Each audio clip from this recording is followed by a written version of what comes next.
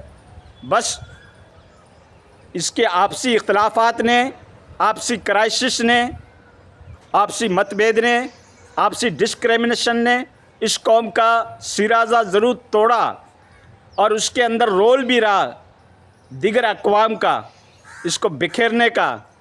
اور جو ان کے کہنے میں آ گئی وہ واقعی پچھتا رہے ہیں.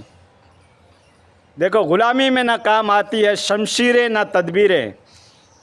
علامہ اقبال نے کہا تھا غلامی میں نہ کام آتی ہے شمشیریں نہ تدبیریں, اگر ہو ذوق یقین پیدا تو کٹ جاتی ہے زنجیریں. خود اعتمادی پیدا کرو, خود اعتمادی جس کو کہتے ہیں سیلف بلیو, اپنے اوپر خود اعتمادی پیدا کرو. زمین پر بیٹھ کر کیا آسماں دیکھتا ہے, پروں کو کھول زمانہ تیری اڑان دیکھتا ہے. تو دوستو یہ ہونا چاہیے. عقاب روح جب بیدار ہوتی ہے جوانوں میں تو ان کو اپنی منزل نظر آتی ہے آسمانوں میں. ٹھیک ہے, وہ عقاب روح پیدا کرو, وہ ایمان کی حرارت رکھو, اور نبی کی لیگیسی کو زندہ رکھو, پیغمبر کی تعلیم کو اپناؤ. تمہارا رب سچا, تمہارا کتاب سچا, تمہارا رسول سچا, تمہارا دین سچا, تو پھر کیوں غلامی کا پٹا پہن کر گھومتے ہو؟ کیوں تمہارے ایمان کے اندر حرارت پیدا نہیں ہوتی؟ کیوں تمہاری ضمیر جاگ نہیں جاتی؟ کیوں تمہیں حالات کے تھپیڑے تمہیں جگاتے نہیں, تمہارے اندر ایورنیس نہیں لاتے؟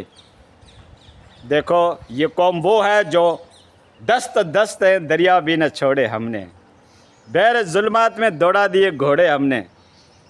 لیکن دوستو یہ ایورنیس پیدا کرنے کی ضرورت ہے, وہ ایمان کی حرارت لانے کی ضرورت ہے, وہ حسینی مشن کو زندہ رکھنے کا جذبہ تمہارے اندر ہونا چاہیے.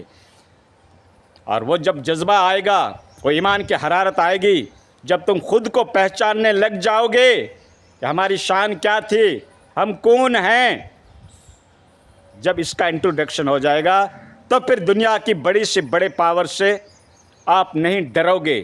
کوئی دنیا کی طاقت تمہارے پیروں کے اندر بیڑیاں نہیں ڈال سکتی. غلامی کا پٹا اتار کے آپ پھینک دو گے.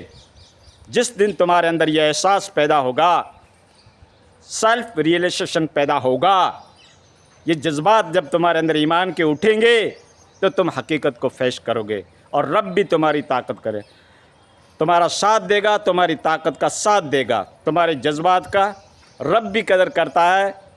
رب بھی دیکھتا ہے کہ میں نے اتنا دماغ دیا, سینسیبل دیا, عقل مندی دی, خرد مندی دی, دین برحق دیا, صحیح راستہ بتا دیا قرآن کے ذریعے سے, پھر بھی یہ غافل قوم اس راستے سے, اس ٹرک سے ہٹ جاتی ہے اور اغیار کی تہذیب کو, کلچر کو اپنا لیتی ہے, اور پھر مار کھاتی ہے, اور پھر آئیں نکالتی ہے کہ یہ ہو گیا, وہ ہمارے اوپر ظلم ہو گیا. تو دوستو حقیقت کو سمجھنے کی کوشش کرو.